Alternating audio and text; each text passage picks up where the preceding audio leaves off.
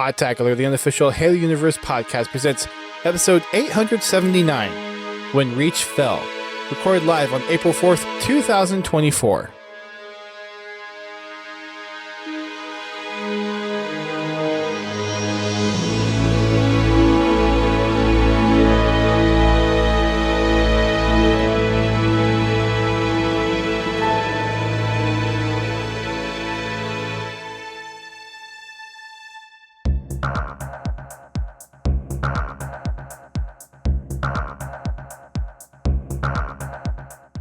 Hello, everyone. Welcome to Podtacular, the unofficial Halo Universe podcast. I am one of your co-hosts, Duststorm.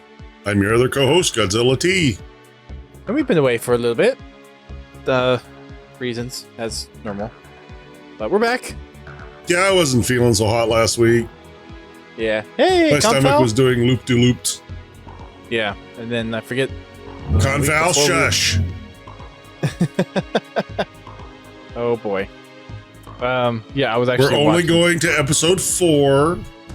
I just want to get that out there. And if you haven't guessed, we're talking about the Halo TV show tonight. Yes. And the motorcycle in GT's background. Or whatever the hell it was. Yeah, motorcycle. It's my neighbor. He decided right now is the time that he wants to go for a ride. So vroom vroom. Yeah. It's a nice bike. I won't argue with it. I wouldn't mind having it. Well, hope everyone's doing well. Hope everyone is enjoying the TV show. It is technically over from the last time we recorded the show. The TV show is done. We're going to be covering through episode 4, and then we'll be covering the remaining episodes on the next podcast. After somebody watches them. Yeah. In other news, I did finish the Halo book. Yes, and tell them how you finished it. I actually finished it in Audible form. Or not Audible, but Spotify. Yeah, audio form. Book. In audio form. So I finished Shadows of Reach in a long drive to and from Quantico. Yeah, that's quite the book to be listening to for going to that particular destination. Yeah, it was the last 40% of the book, and I think my drive time was 5 to 6 hours. Yeah. And that was listening on like 1.5 speed. No, I was down there for Marine Corps stuff, Conval.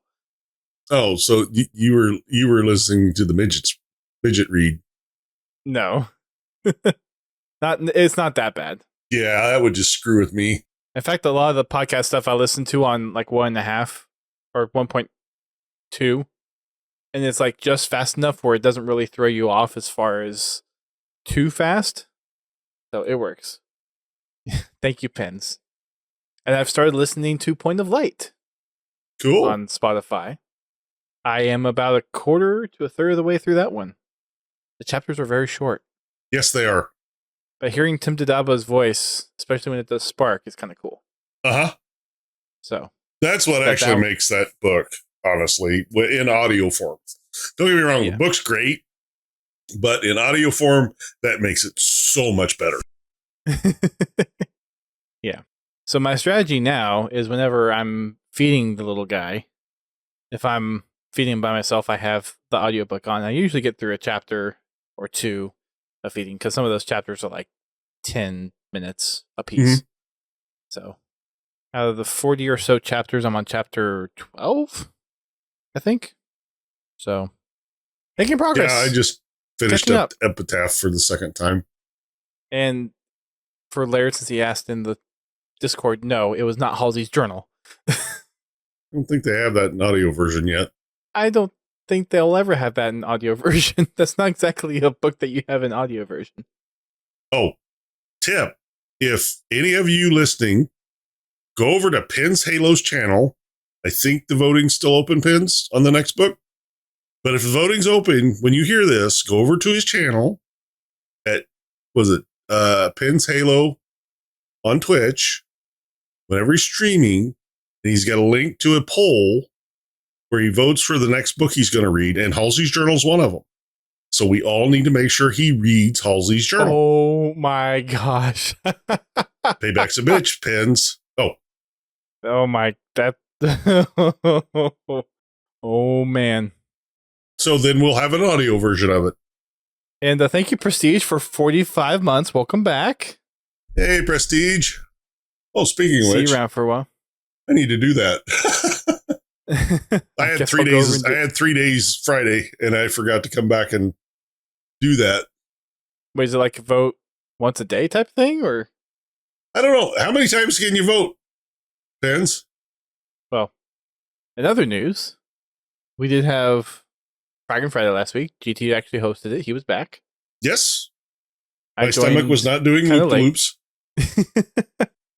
We played some of the new maps in Mhm. BTB. Still getting used to some of the new ones and how they play and everything. We think, if I remember right, we got mostly stopped until like one game at the end where we actually won. No, we actually won one of the earlier ones too. But yeah, Okay, there that was was before I joined. there was a bunch of tryhards, bunch of tryhards. Yeah, But all in all, it was still a lot of fun. The only real frustrating I have is with my skill and the lack thereof. And if you want to know why, just come watch the stream and you'll see. There you go. Here, I'll move over to the middle of the screen instead of off to the left. Over there, and up there. Yeah, so Fragment Friday is still doing matchmaking in Halo Infinite with the updates. It'll be interesting. I'm curious what we might do tomorrow because Grab Apocalypse. Yep. At least until the fire team gets too big. There you go. Because that's I played a little of that today, and it was fun. I got on and did my daily Husky raid because I'm finally finished with Baldur's Gate. I beat that game last night. 180 hours on Steam. It's a great game though. If like it honestly, like I love Halo and everything, but as far as like a video game is concerned, if you're into RPGs and like just good story, narrative, character development, like Baldur's Gate is probably the best game I've ever played for that kind of a game. Well, it's a grind, it's a commitment, yeah. but it is an amazing game. I've actually been, this is totally dependent on my schedule. Provided things keep going the way they're going, I will be able to go back to a Monday through Friday work week, and then I'll be off on Saturdays and Sundays. Nice. Once that happens, this is going to happen on my own channel, and you can find me at Godzilla T right here on Twitch. I'm going to subject myself to some serious pain.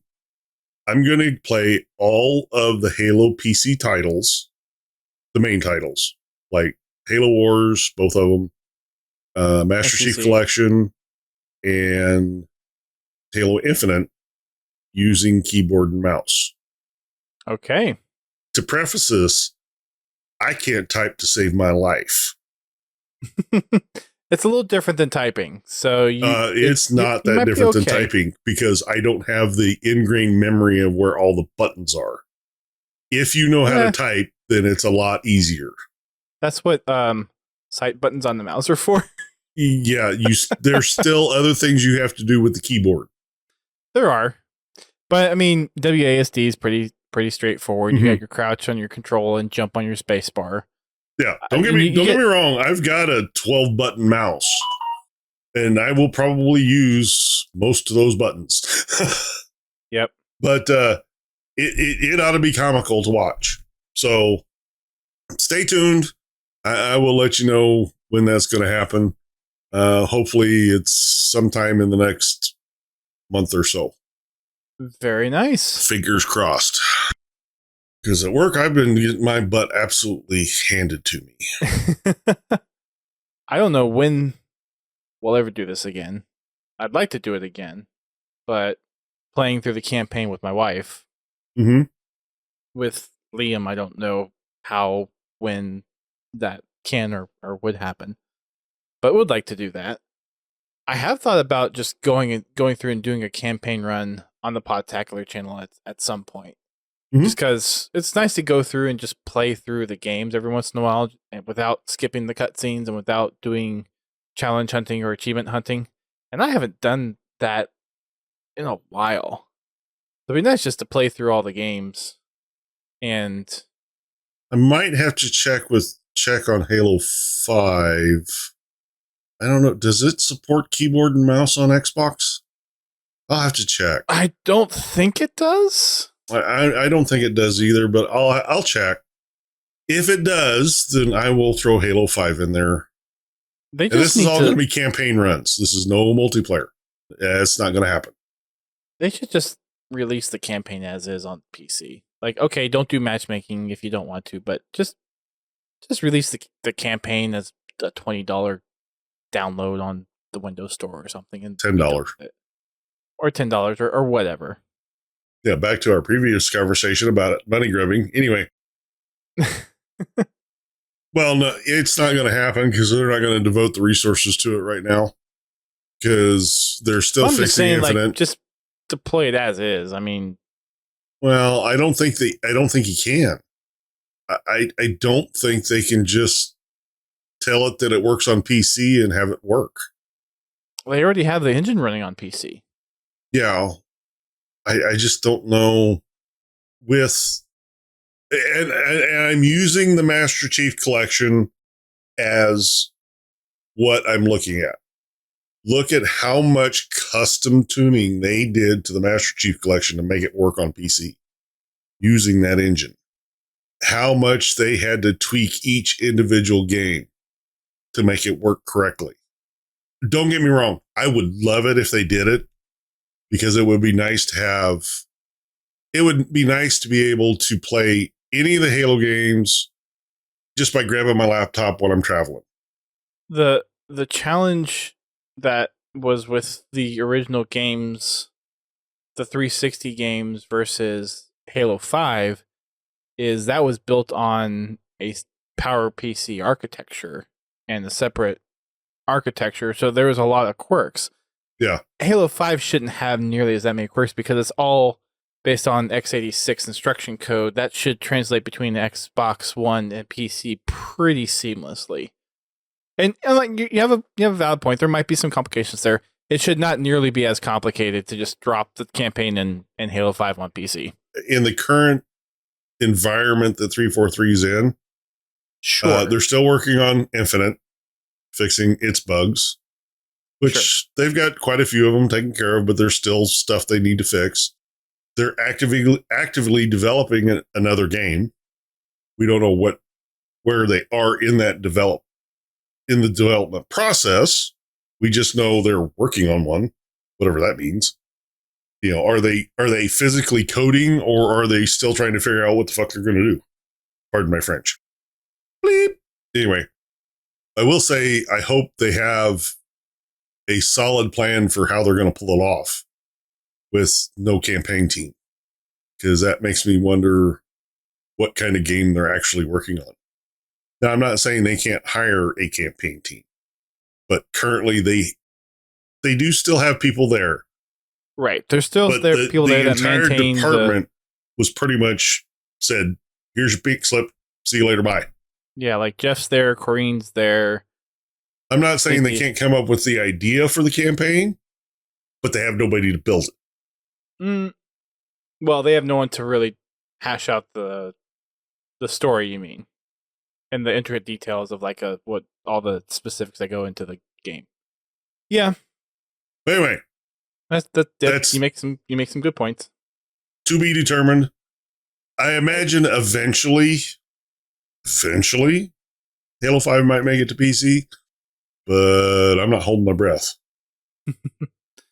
Yeah. I mean, it would just be nice, like, not expecting anything major to support it. It'd just be nice, like, just drop it on there, just, like, finish out the collection on PC. So, just, it's that one little gap that it'd be nice to have someone, because I know a few streamers that haven't played Halo 5 because it's not on PC. Yeah. I mean, they do have the Forge on PC, so that might make Forge and full multiplayer and customs, like, right. The engine is there. It might be as easy as just recompiling the game and saying, here it is. And just dropping the Forge altogether and just have Halo 5 Guardians in full, which I still need to work on the Forge achievements. I've got Of course, the last time I tried to play it, I couldn't get it to run. So I'm gonna have to check on that. Yeah, there's a quirky way you have to do the install, but last time I tried it, I could still do it. But I got the 4 achievements to still do for myself too. well, I mean, you install it through the store. And then you have to uninstall the Halo app that comes with it because that doesn't work. Well, yeah. So install, uninstall, then it's supposed to work. By the way, I found a new uninstall program I'll have to show you about, and it's free. Oh, cool. It goes hunting. Probably coming through registry and whatnot. Oh yeah, it even looks through all the files, your actual folders and stuff. Like it'll delete old saves and stuff like that if you want to get rid of them as well. Okay. Anyway, I am curious. Yeah, I think that covers most of the stuff from the Podtacular community side of the house. Some of the Halo Waypoint news to go through. The first major took place a couple of weekends ago, and at the Optic Major, Space Station actually took home the gold. And this is the first time that someone not from the US was on a winning team. wow. There's actually a European player that was playing on Space Station.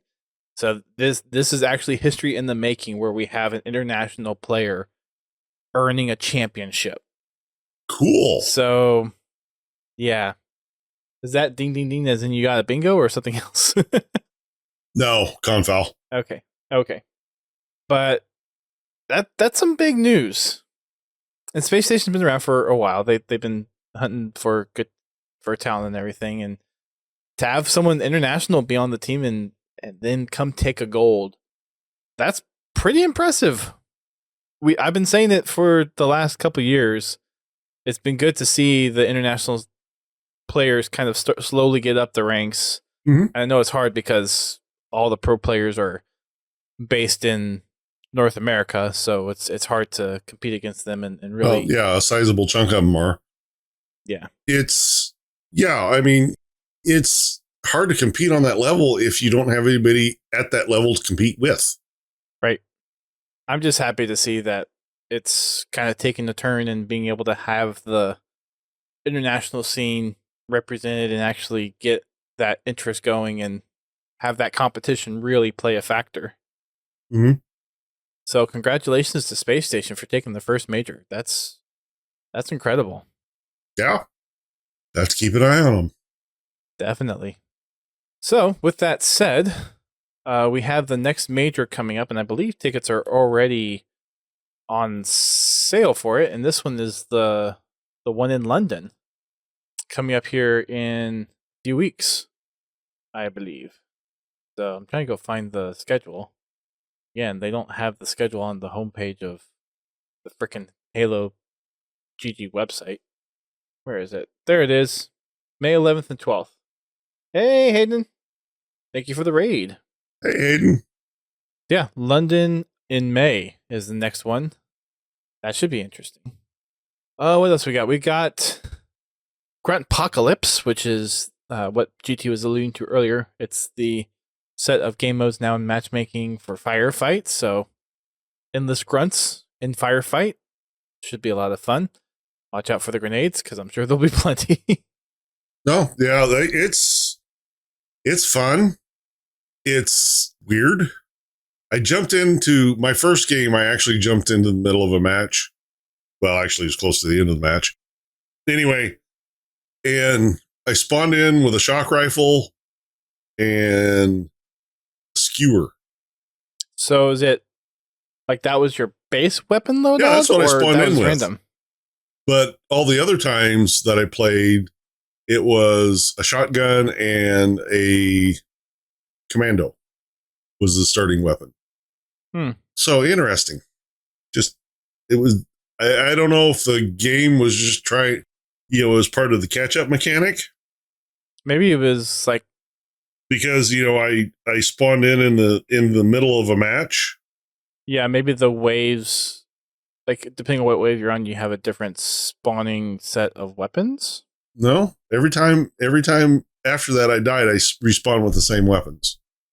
Well, did you die or did someone come revive you? No, I actually died. Oh. When I don't know then.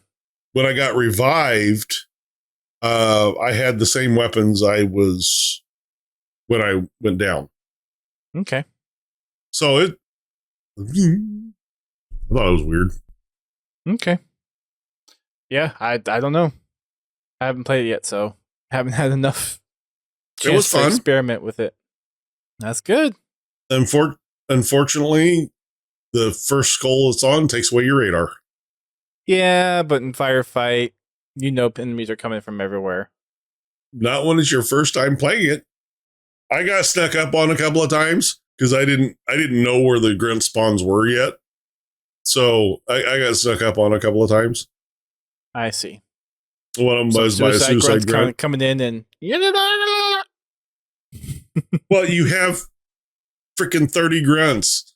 Which one's screaming at you? Yeah. Can't exactly use the audio cue to know which was closest, I guess. So, but yeah, yappening is happening as well.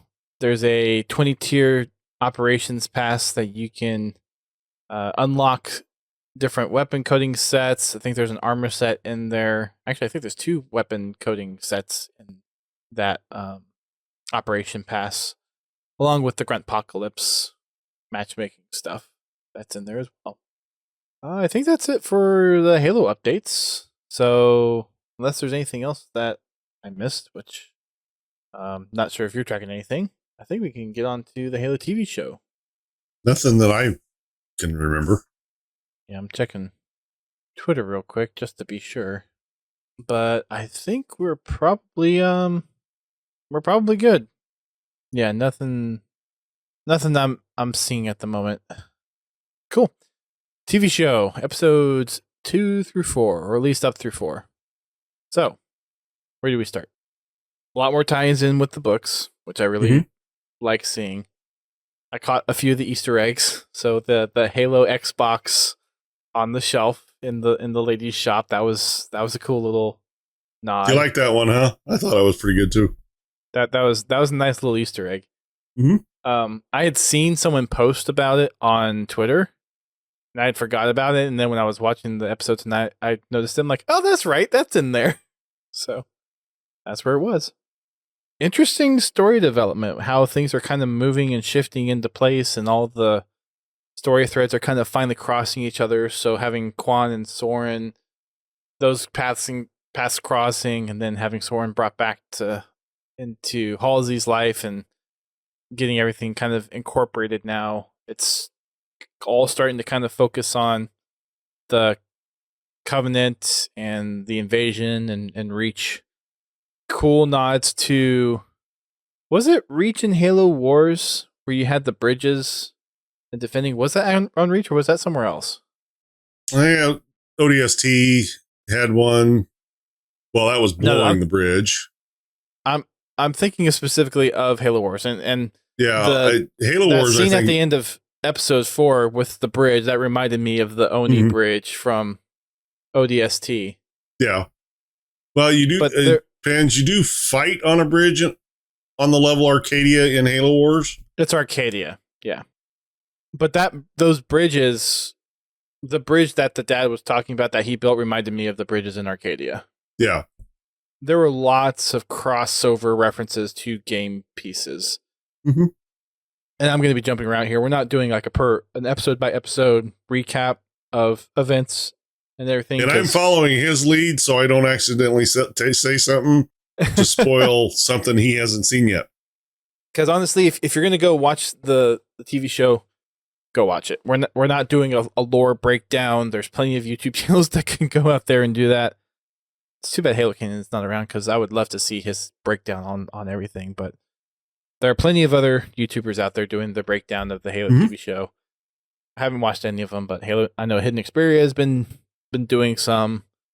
I'm sure the folks over at Podcast Evolved have probably done the breakdown of the narrative stuff. So this is more from just how we feel about the show, what stuck out to us, what we think about the production, the tie-ins, and just whatever we want to talk about kind of with the show. Unless someone in the chat specifically wants us to touch on stuff, we're just kind of reacting to it how we see fit. Like we're just talking about what we like about the show.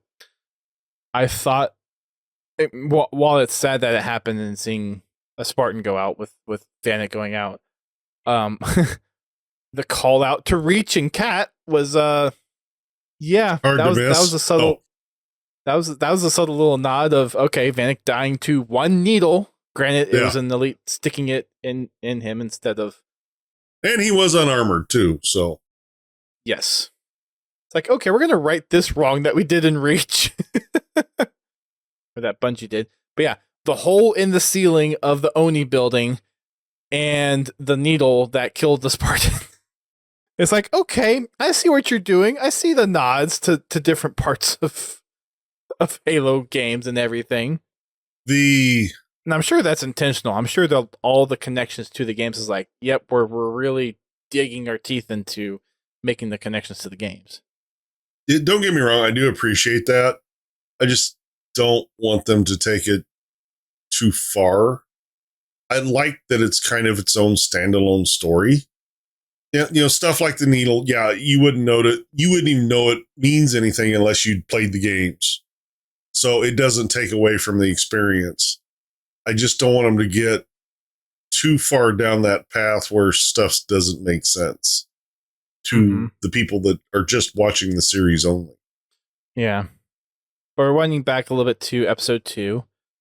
We see our first appearances of Halsey in the series, and later find out that the girl is Ackerson's sister, who was conscripted into the Spartan program and didn't make it. So in some twisted way of Ackerson, I guess, saying F you to Halsey and having flash clones of his sister be the caretaker of Halsey.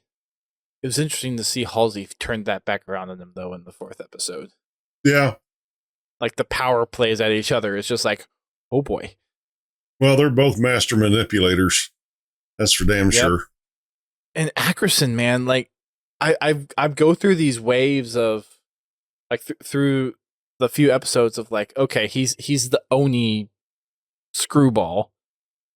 He's calling all the shots and everything, but at the same time, it's like, there's pieces in the show that's like, okay, he has like a logical kind of human side of it, and part of it, I feel for the way that he's approaching things with this version of Ackerson. He's still an Oni prick, but there seems to be parts of things that he cares about too. Like the scene with him and his dad kind of was one of those tugs, and also just the seeing how he interacts individually with people. It's like, okay, you're definitely an Oni spook and a prick and everything, but seeing all of the thoughts that's going through his head of like, we know, like he knows that that Reach is going to fall, and is making the tough, calculated decisions on how best to handle the situation.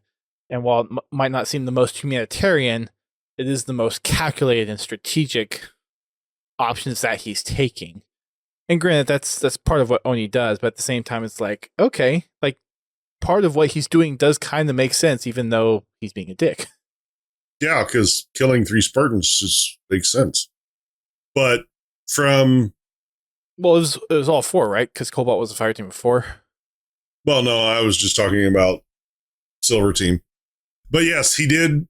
Well, I guess that would be 7 Spartans that 4 of them he did kill because he sent them on that mission without telling them what's going on. And then he tried to kill 3 more. He did manage with Vanek. He tried to kill Riz and Master Chief. He's just as much of a prick in the TV series as he was in the books. Different kind of prick, though. Yeah. Well, it's interesting. Different position. Given the TV show and everything, yeah. Well, like I said, the character in the TV show is in a different position than the one in the books. The one in the books, Ackerson was more competing with Halsey, where the Ackerson in the TV show was more power driven as far as he wanted to lead. He wanted Perengoski's position. Mm-hmm. Now, granted, so he could push his own agenda with the Spartan Threes, but... And there was that little tie-in with his discussion with Halsey, as he's kind of chipping down at what Halsey was doing with her Spartans, and how the little pills and everything. That discussion was interesting. It's like, okay, there's that tie-in to the Spartan Threes, which I'm sure I'll learn about at some point when I get to the end of the season, if Spartan Threes are a thing in this universe yet. GT's not making a face, so I can't read his language. That's good. It's starting to break there a little bit. I'm reading chat. Starting to break there a little bit. Seeing McKee back in full force and taking Cortana, that was an unexpected turn. Mm-hmm. That one I was not expecting. Yeah. I figured she'd go for the artifact. I figured she would go for the artifact. I did not see the Cortana thing coming. I didn't either. And the same elite that's guarding McKee, still there. And John recognized him in the Oni building, and McKee still got a leash on that elite. But yeah, the Visengrad tie-in to the Reach game was good. Mm-hmm. That other foreign artifact was interesting. There's just a couple of scenes, and there's no tie to what it is or what it means. I guess that's a yet thing.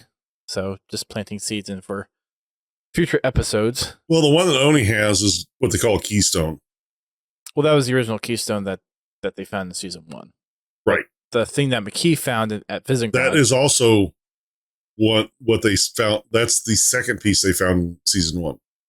She stole that. Oh, okay.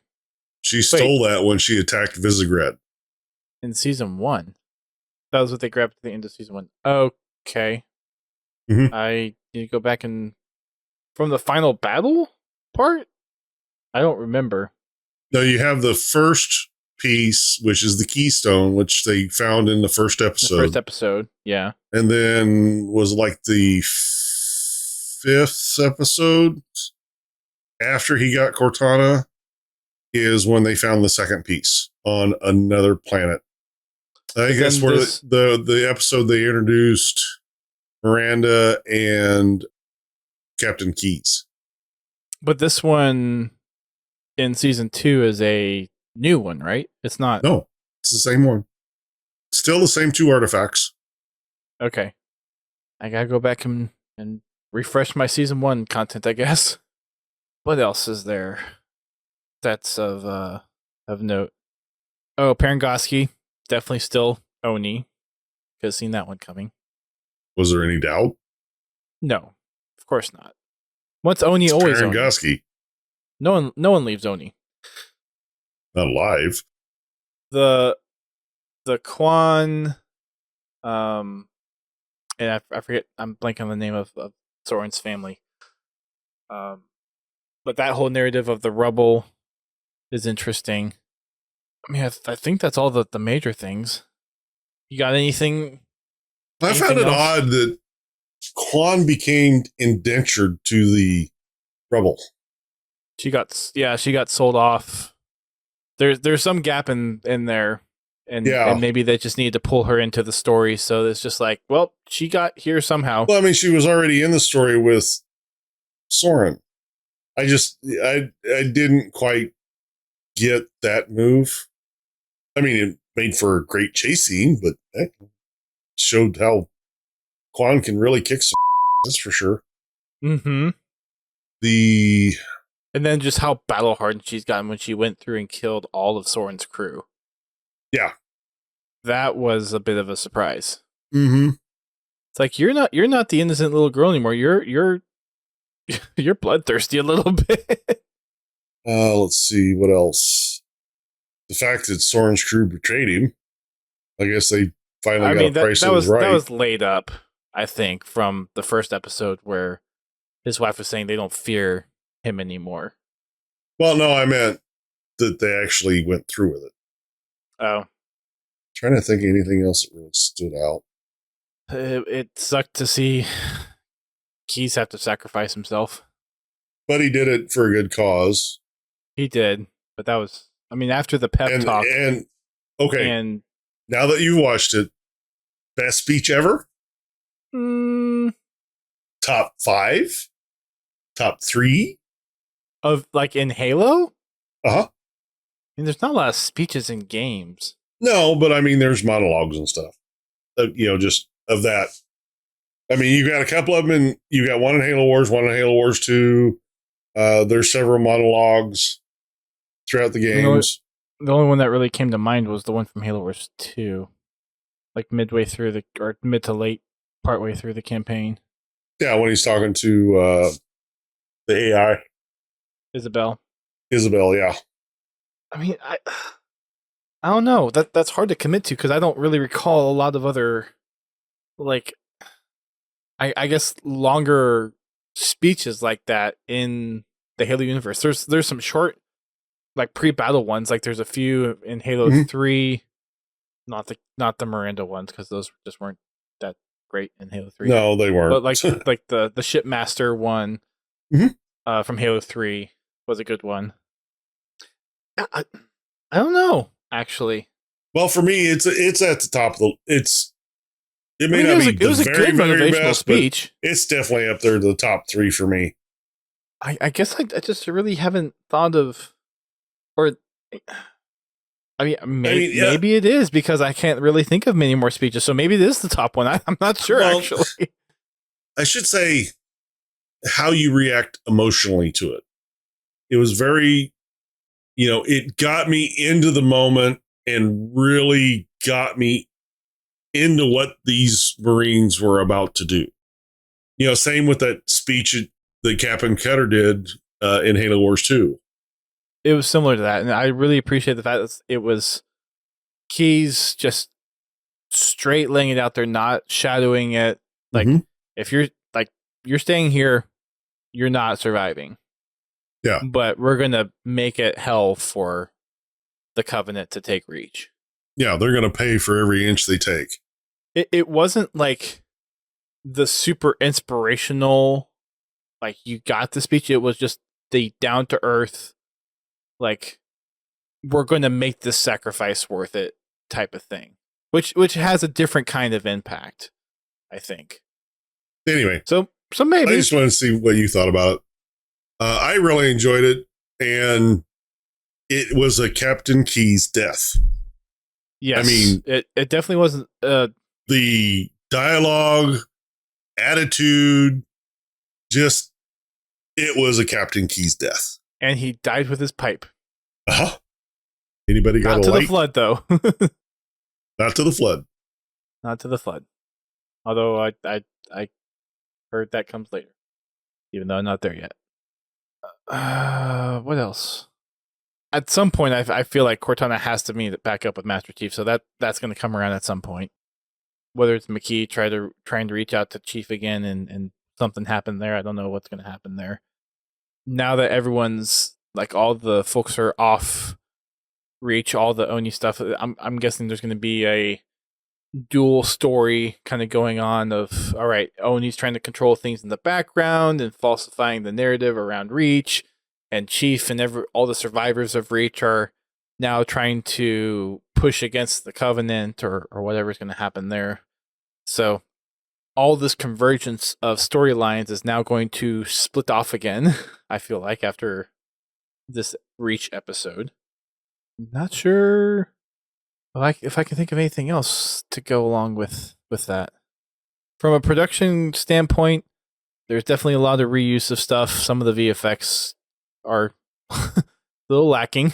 You can definitely tell smooth textures on some things, smooth color palettes, and green screen effects, and actors just standing still and shooting things. Oh, one thing I thought was interesting is the BRs, or the weapons that are BR signettes in the show, are just fully automatic rifle or semi-automatic rifles. It's not a 3-shot burst or anything. It's just a fully semi-automatic rifle. Now that is something I will call them out on. Something like that, they should have followed the established lore on that. It's a weapon. If you look in the books, there is not The all battle BR rifles are the 3 shots. Actually, BRs in the books are more like the DMR. They're more of a marksman rifle. Because in the books they're 1-shot, 3-shot.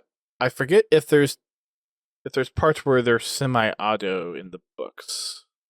No, every time they talk about that, they're either talking about an SMG or an AR. So yeah, so you have a fully, I guess the ARs would be automatic, and then the BR is just a semi-automatic rifle. Yeah. Of course, they could just be pulling the trigger really fast. They are Spartans. Yeah, but the Marines are doing it too. Shh, not supposed to notice. Anyway, but yeah, stuff like that. I will call them out on that. They should have been, if they were going to have them have an automatic weapon, they should have had ARs, not BRs. It doesn't have the classic BR sound either, so it's like, okay, it's just a shape that you recognize, I guess, more than anything. I thought it was interesting that when the one elite shot Chief in the back with the plasma pistol, they got his head cut off by the I know the elite has a name, the one that's with McKee, but yeah, he was not happy and sliced that elite's head off. Well, he took away his kill. Yeah, he wanted to fight Master Chief. Master Chief was his, and nope. But Master Chief lives to fight another day. I find it very fitting of the Covenant, of what we know about the Covenant. That is something that would happen. That's fully Covenant right there.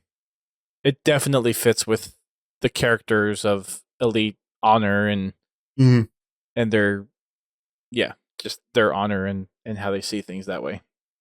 I will say the Elite looks weird with his helmet off. The head just doesn't look right. Yeah, the squished head. Yeah, it just didn't look right. I still, that still baffles me that it looks so squished like that. I'm expecting, the longer head, like we've seen before. Granted, it could be an artistic decision, but yeah, I don't know why it looks so different. Because I would assume they would have gone with some kind of source material that. So why is it changed? I think what they did is they just didn't get the proportions right for the head to the body. The head just seems small for the body. It does. It really does. I mean, when the helmet's on, it's not as bad because it adds some bulk, but still. It's noticeable, though. Yeah, the head size just doesn't look right. Yeah. There's something there that just doesn't sit well. So, no, I get what you're saying, and I think I have the same observations now, actually, after watching it. It's like, oh yeah, that definitely got pulled out. We saw Jackals for the first time in season 2. Yep. And they had the little short swords. So that was neat to see. Their swords and their shields, and they were using plasma pistols and needlers. Yep. Honestly, my overall view of the series as an entire package, I enjoyed it. And I'm enjoying season 2 so far. This, I'm not as crazy about the lore as a lot of people. I don't know, I can't recite everything by heart. But to me, I think they did a good job with honoring what has been established, but still telling their own story. Is it chronologically the same as what we know? No, it is not. But they're telling a story in 8 episodes. Right. You can't there's a lot fit to crunch all in there. that in 8 episodes. Yeah, there's a lot to crunch in there. I mean, you cannot fit the fall of Reach, the creation of Spartans, the creation of Spartan 3s in 8 episodes. or 16 episodes.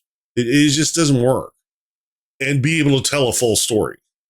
But anyway. Well, it depends on how you define a full story, because the full story. I mean, that's never going to happen. No, it's not. In narrative form. Unless you do. I think they did a really good job. They did better than they did in season 1, because there were some pretty abrupt jumps in season 1 that really, it screwed with timeline. It just made your head kind of go crazy. But I still enjoyed season 1. Season 2, it was a lot smoother transition from timeline to timeline. They still jumped around, but that's just kind of the nature of having to produce a TV show. Because, when you only have eight episodes, you have to move through the story relatively quick to keep retention, to keep people watching. I was actually kind of hoping they were going to go for like 13 seasons or 13 episodes, but yeah, I would like to see more episodes in the future, because 8's really short. 8 is really short, but I gotta imagine the production costs aren't exactly cheap for Halo as a TV series. And now, granted, it's getting cheaper for season 2 because they have all the assets already created for season 1. Season 1 will be the most expensive season of all of them, because they had to create everything. They had to create all the VFX from scratch. They had to create all the costumes from scratch, all the weapons, all the vehicles. Sets. I mean, a lot of the sets is new. I guess some of the vehicles are there. I feel like there's still a decent amount of cost investment there. Well, there is. I'm not saying that it wasn't expensive, but it wasn't as expensive as the first season. Because, a lot of that, I guarantee a lot more of that was shot on green screen than you believe it was. Yeah, the stuff that they physically had to interact with was real stuff. But everything in the background, that was green screen. I'd say a lot of it was. Yeah. So far. I mean, any of the interior stuff, I feel like there's probably a fair amount of green screen on those. Mm-hmm. I mean, yeah, like the hallways were probably actually physically built, but like stuff that you would see in other rooms probably was a green screen. That's one of the things that kind of makes it just feel not quite as like the world's alive, is because of all the closed off spaces, and I guess maybe the utilization of green screens. Like there's certain parts of it that it doesn't feel like there's actually a world there. Like, obviously there is a world from a narrative perspective, but just the way it's produced, there's so many just like closed off pieces, and there's only a little glimpse that kind of make you feel like, oh, there's actually space that exists. And the only times I've really felt that so far is when Soren was getting arrested. Like, you actually look out in space and there's the ship debris, and then and this we know is mostly VFX, but when Silver Team was training and it was Riz trying to going through all the training stuff, it's like, okay, that there's something outdoor that exists there. Well, the big battle everything scene, else is like interior. The big battle scene at the end of the 4th episode was, I mean, that was outside open area. I know it wasn't as open as the other. Honestly, and like, you really need a large I would set. Let me say this.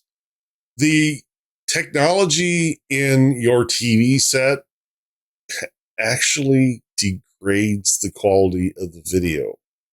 I mean, I'm watching it on my computer monitor. Like I said, but not in the way you think. Okay, I've owned a rear projection TV ever since Halo 3. Last year, it finally went. So I went ahead and I bought myself a new TV. It's LED, it's HDR, it's 4K. All the bells and whistles. And you want to know something? You missed your old one. All the stuff I used to watch on that rear projection looks worse. And I'm not talking about, 20-year-old titles. I'm talking 5-year-old titles. It looks worse on your new TV? Title. Yeah, on my new TV, because the VFX stand out like you would not believe. On that projector screen, because it was actual physical light, as far as an incandescent bulb, it softened the edges and made those VFX look better because they blended into the scene better. It's like we watched, what was it? God, I can't even remember what the name of the movie was. It's only a few years old. Marvel movie, action movie. Yeah, I think it was Avengers or something. But we've watched that several times. Yeah, it was Age of Ultron. We've watched it several times. Good but we know that those are using all the VFX, large practical set pieces. There's a lot more VFX in there than you think. Oh, sure. But it's just a lot more convincing. On the projector screen TV, you had to kind of, is that real or isn't? It blurred the line. But on my new TV, oh, that's fake, that's fake, that's fake, that's fake, that's fake. I mean, it stands out. And it's because the picture quality on the new TV is so much higher. So, yeah, I kind of miss my old 1080p rear projection TV.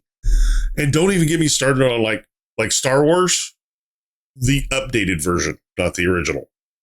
The original was all practical effects, very little digital. Short of the lightsabers, pretty much everything was actual effects. But on the remaster, when George Lucas went through and changed all these things, like the explosions, the explosion of the Death Star and all that stuff to make it look better. I never thought it looked better. That really stands out. I mean, to the point where it looks totally out of place. Anyway, all in all, I've enjoyed season 2. I hope there's a season 3 because I would like to see the continuation of this story. We'll talk more about that next time and then theorize where things are going to go. That we will do that next time. So, and then I won't have to hold my tongue so much. There we go. And as I catch up on more books, GT doesn't have to hold his tongue anymore. At some point, we'll talk about Shadows of Reach. The ending was a bit of a surprise in that book. Was not what I was expecting either. Yeah. And it's like, okay, like I get focusing on mission, but at the same time, what's going on? But yeah, we'll talk about that in another episode. So thank you all for tuning in. We have our Frag Friday that will be happening tomorrow. GT will be hosting, like we said before. We will probably be going into Gruntpocalypse until the party gets too big and having fun shooting a bunch of grunts. Yeah, really. I was really hoping that was a big team playlist, not 4v4 or 4v AI. So they're not doing 8-player firefight? It's 4-player. That kind of sucks. Okay. Like I said, 8-player firefight was a thing, but 8-player firefight is. Gruntpocalypse is 4 people. It's Gruntpocalypse is firefight, right? Yeah, it's Firefight King of the Hill, except for you only fight grunts. All the different levels of grunts. But it's a 4-person playlist. I thought Infinite's firefight had the chance to go up to 8, so I guess they just didn't do that for this playlist. Anyways, thank you all for watching on Twitch. Thank you all for listening in podcast download form. However you are listening to us, we appreciate it. We'll catch you all on the next episode and finish out season 2 of the Halo TV show. Have a good night. Bye-bye. Thank you for listening to Podtacular, the unofficial Halo Universe podcast. You can find our podcast on your favorite podcasting service and listen to us live every Thursday night at 8:30 p.m. Eastern Time on Twitch. Check out our website, podtacular.com, and join the community on Discord at podtacular.com/discord. If you want to play Halo with us, come join us for Fraggin' Fridays at 8:30 p.m. Eastern Time. You can find us on Twitter, Facebook, Instagram, and YouTube. Become a supporter of the show by sharing the show with your friends and family. Or help keep the lights on by subscribing to us on Twitch, donating via PayPal, or becoming a patron alongside Confal, Pins Halo, and Prestige Ace. Until next time, keep on fragging trucks.